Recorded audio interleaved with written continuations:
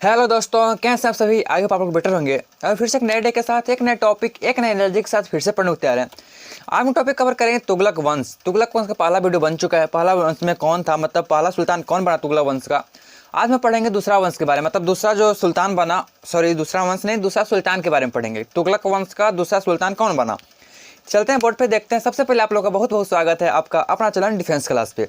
तो पहला वीडियो हम लोग ये पढ़े थे कि जो पहला सुल्तान हुए थे गयासुद्दीन मलिक, इनके बारे में डिटेल में कवर कर लिए थे। क्या क्या किए, क्या क्या अपने लाइफ में क्या क्या चीज़ें किए, क्या क्या निर्माण किए और क्या क्या बदलाव किए, और आए सबसे पहले आए तो किसको हरा कर आए। इस सब चीज़ को हम लोग पढ़ चुके हैं इससे पहले वाला वीडियो में, यानी कि तुगलक वंश का पहला वीडियो जो है उसमें हम लोग पढ़ चुके हैं गयासुद्दीन तुगलक के बारे में, जो कि पहला सुल्तान हुए थे। तो उनके बारे में सच कवर कर चुके हैं। आज हम कवर करेंगे दूसरा सुल्तान।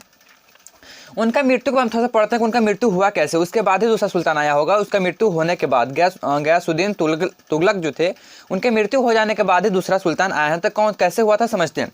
तो इनका जो मृत्यु हुआ था 1325 ईस्वी में हुआ था। मैं पिछला ही वीडियो में बताया कि एक बार क्या हुआ कि वो थी बांग्लादेश से, क्या मतलब बांग्लादेश से क्या लौट रहे थे किसी अभियान से, और वहाँ पे एक लकड़ी का महल में जाते हैं और लकड़ी के महल में उनके लकड़ी से दब के उनकी मृत्यु हो जाती है।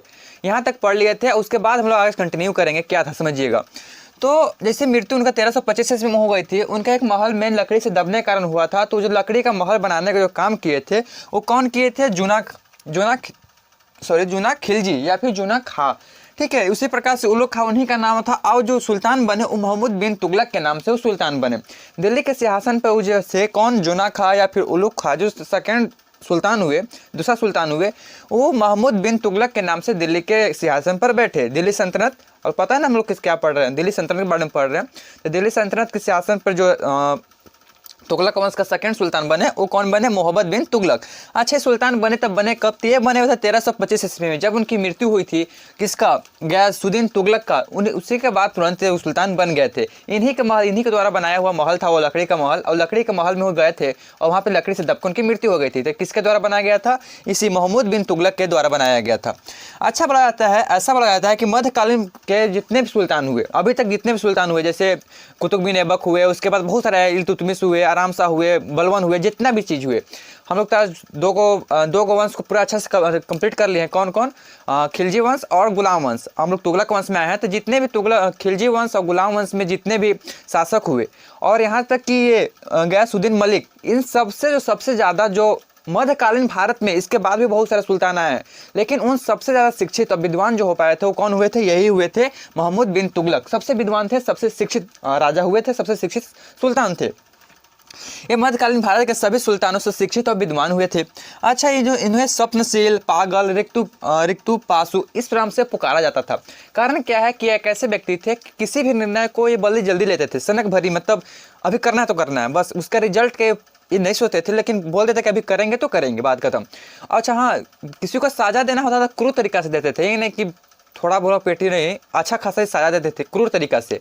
उसके बाद जो है सो ये जो है सो जब किसी का अगर मान लो कि किसी के कहीं पे मृत्यु हो जाती है, इनके द्वारा नहीं, किसी को मार रहे हैं उसके बाद नहीं जाएंगे, लेकिन मान लो किसी, मतलब अपने मान लो कि किसी की मृत्यु हो जाती है और वहाँ पे जाके सुख दुख में अपना हाथ बटाते थे, ये बात थी इनके अंदर। तो इसीलिए लोग फिर पागल भी बोलते थे, स्वप्नशील भी बोलते थे, रिक्तुपासु भी बोलते थे। मतलब एक काफ़ी हद तक जो थे वो एक अच्छा राजा बने गए थे। कैसे, क्योंकि ये दूसरे के सुख दुख में भी साथ दे रहे थे।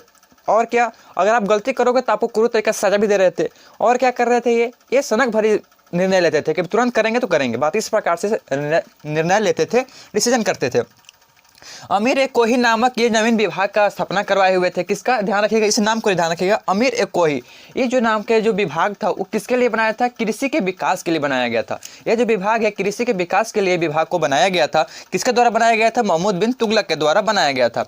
अच्छा, इन्हें एक दो काम और किए हुए थे। ये जो दिल्ली इनकी जो राजधानी थी, इससे पीछे जो गयासुद्दीन मलिक की जो राजधानी थी वो दिल्ली थी। तो ये क्या करते हैं, दिल्ली को बदल के कहाँ बदले जाते हैं, देवगिरी ले जाते हैं। कहाँ ले जाते हैं, देवगिरी।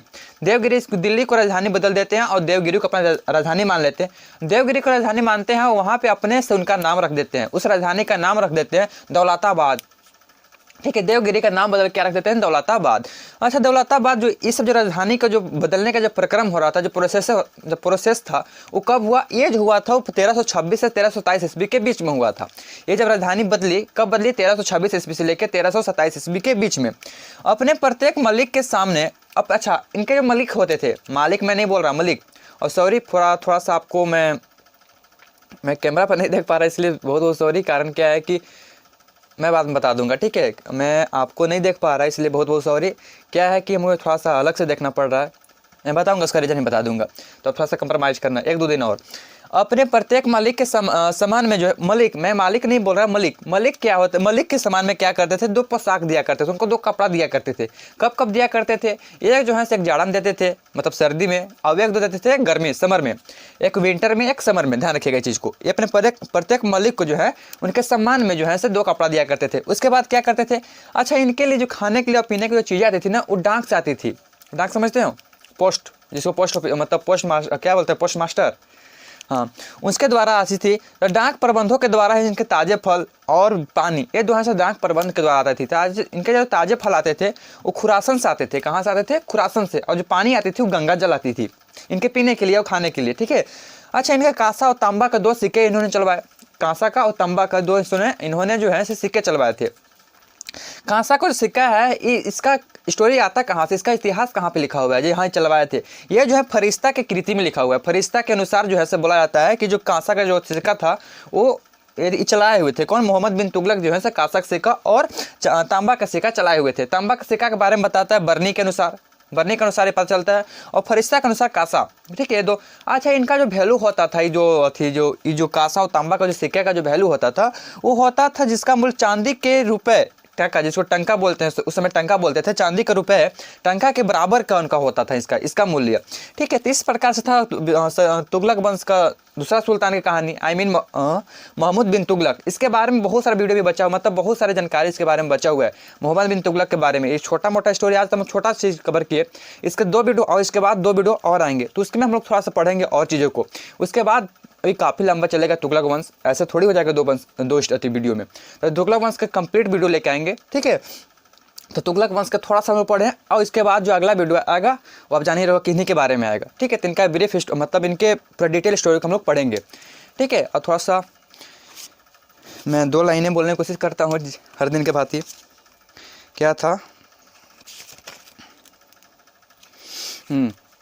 ये जो है उनके लिए है जो मेरे वीडियो पे काफ़ी गंदे गंदे कमेंट करते हैं, पता नहीं उनसे क्या मेरी प्रॉब्लम है, मेरे से उनका क्या प्रॉब्लम है, वो इतने गंदे गंदे कमेंट करते हैं। क्या है, स्वागत है उनका जो मेरी रास्ता रोकते हैं, तो सुनिएगा, क्या है, स्वागत है उनका जो मेरी रास्ता रोकते हैं, अजी प्रणाम है उसको जो मेरी रास्ता रोकते हैं, जितनी कोशिश करनी है कर ले बेटा, जितनी कोशिश करनी है कर ले बेटा, शेर तब भी नहीं रुकता जब 100 कुत्ते भोंकते हैं। तो मिलते हैं अगले वीडियो में, तब तक आप लोग पढ़ाई करते रहें। All the very best, thanks for watching this video.